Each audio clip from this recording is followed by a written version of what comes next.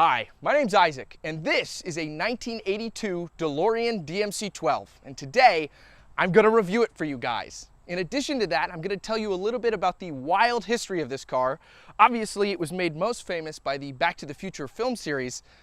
You know, I guess Back to the Future made a lot of things famous. Who knows where Huey Lewis would be without Back to the Future? Hi, one ticket to Easton, please? Don't need no credit card to ride this train. What? Huey, you have to stop telling people that the train rides are free.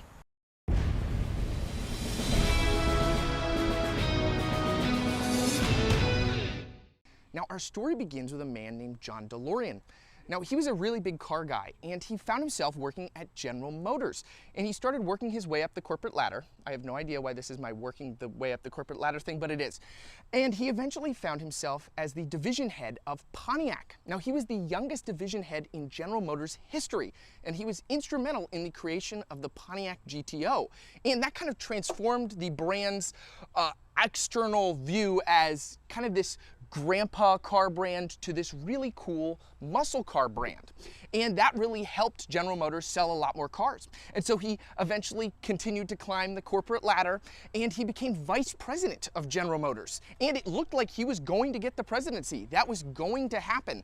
But unfortunately, well, General Motors didn't like him. He was really rebellious, and he went to a lot of parties and didn't really fit into their conservative mindset of how General Motors should be run.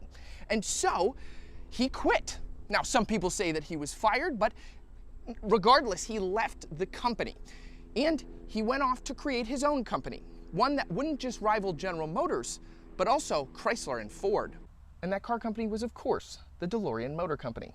Now, John DeLorean had gigantic ambitions. He wanted to compete against the big three, and that is not an easy task. So he planned to make a car that was really unique and stood out on the road, something that revolutionized the industry, starting with stainless steel body panels. Now, a lot of the competition faced major rust issues on their cars, but the DeLorean wouldn't rust if it was made of stainless steel. The next thing he wanted to do was give it gull-wing doors, an incredibly unique look that not a lot of cars have done up until that point or since then, making this car still very distinct in the year 2021. Now, another thing John DeLorean wanted was power windows, which is kind of hard to do on a car shaped like this, especially with gull-wing doors. Because if you put the doors down, you can see there's not really a lot of room for the window to go. So the production solution was to make these tiny toll booth windows. So the theory was you could put the window down and pay a toll on the highway if you needed to, and then you would have a little bit of ventilation still coming in.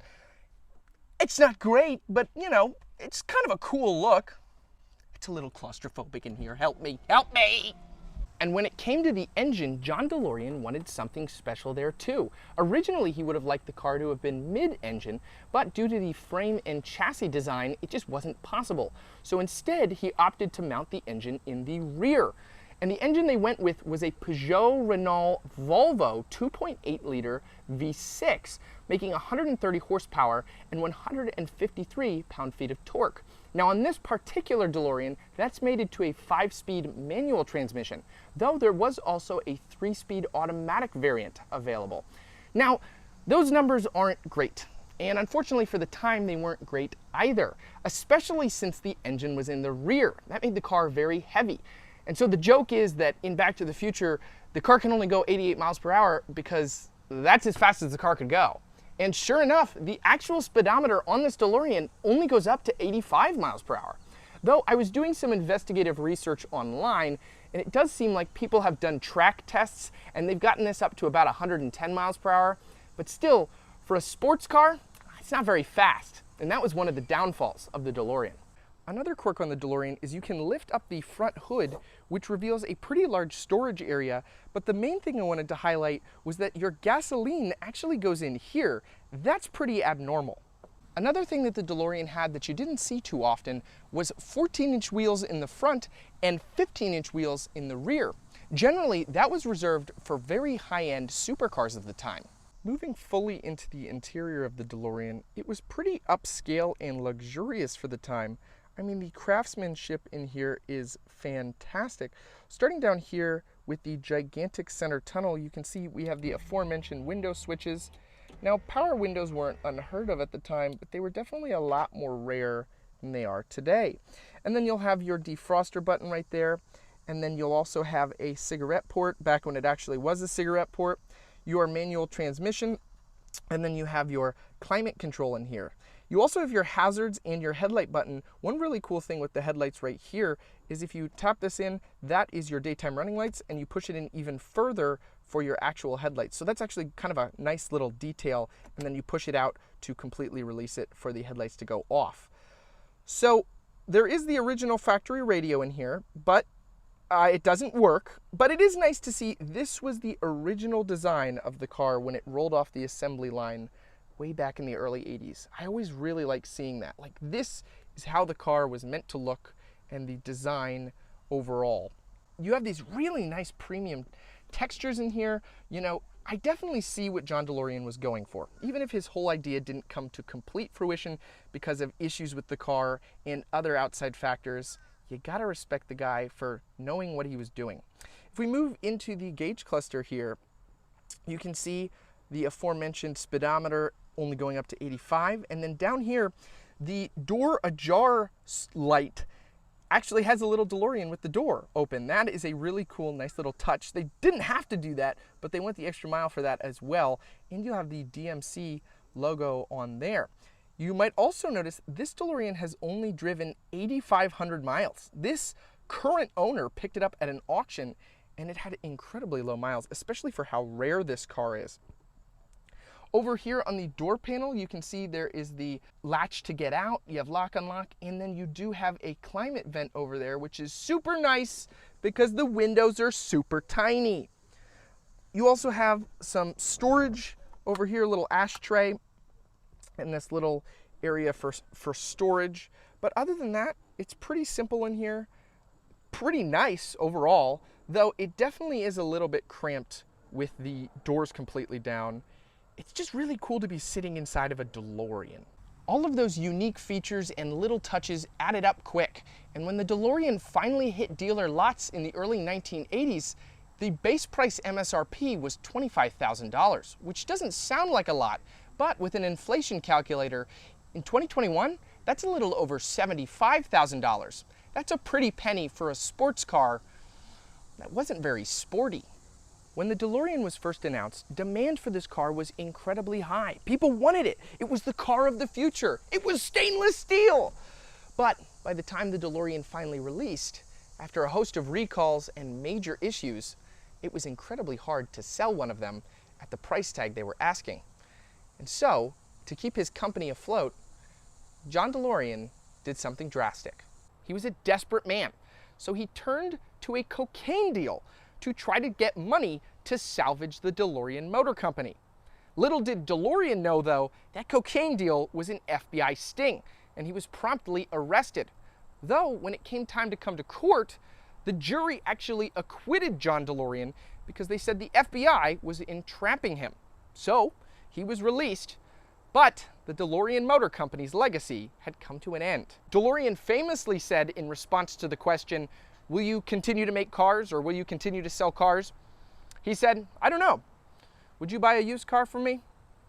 Thankfully, it seemed like DeLorean repented in his final years. Then the DeLorean car slipped into obscurity. That is until a little movie called Back to the Future. Let's take this thing for a drive. All right, driving the DMC-12 DeLorean. This is really cramped on the inside here, especially with the doors closed. And it's a little claustrophobic with these tiny windows, especially since this one's air conditioning is broken. But it's not bad to drive. The only big issue I have with it is there's no power steering, so it is incredibly hard to handle. But it is kind of fun. It's not a particularly fast car, and our Pennsylvania roads do not help the driving experience of this DeLorean, but it's not bad.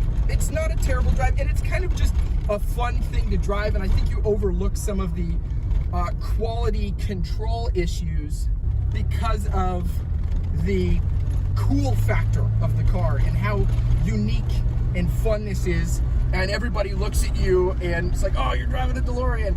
But yeah, it is an interesting vehicle to drive here. I wouldn't make this my daily driver. I'll tell you that. This would not be my daily driver car. I enjoy my pickup truck. I think I'm gonna keep my Tacoma.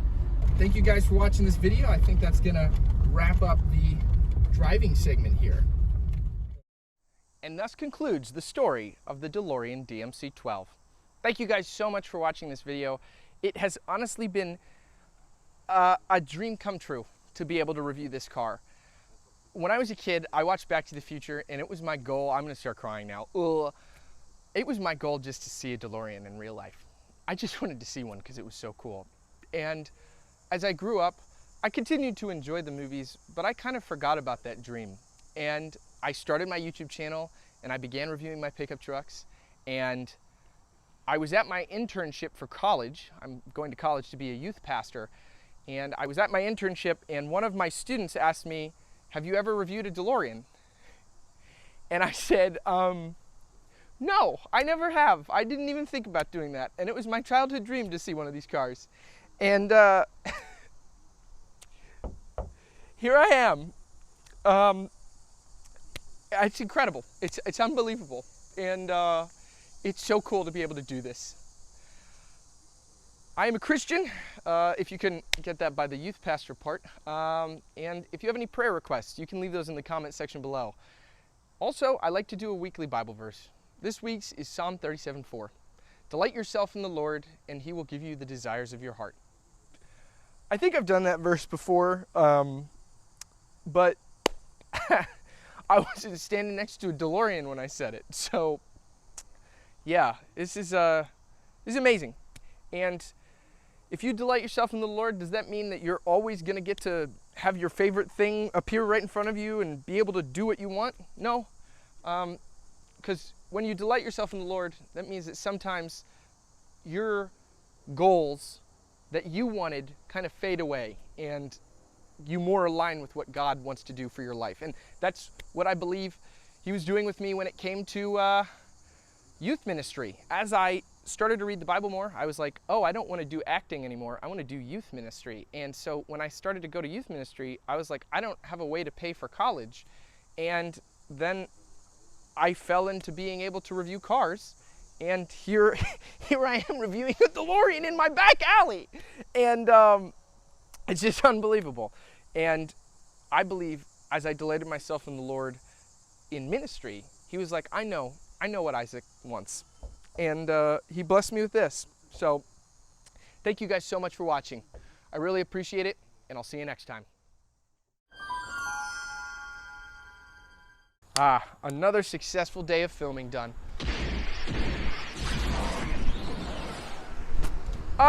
Excuse me, do you mind?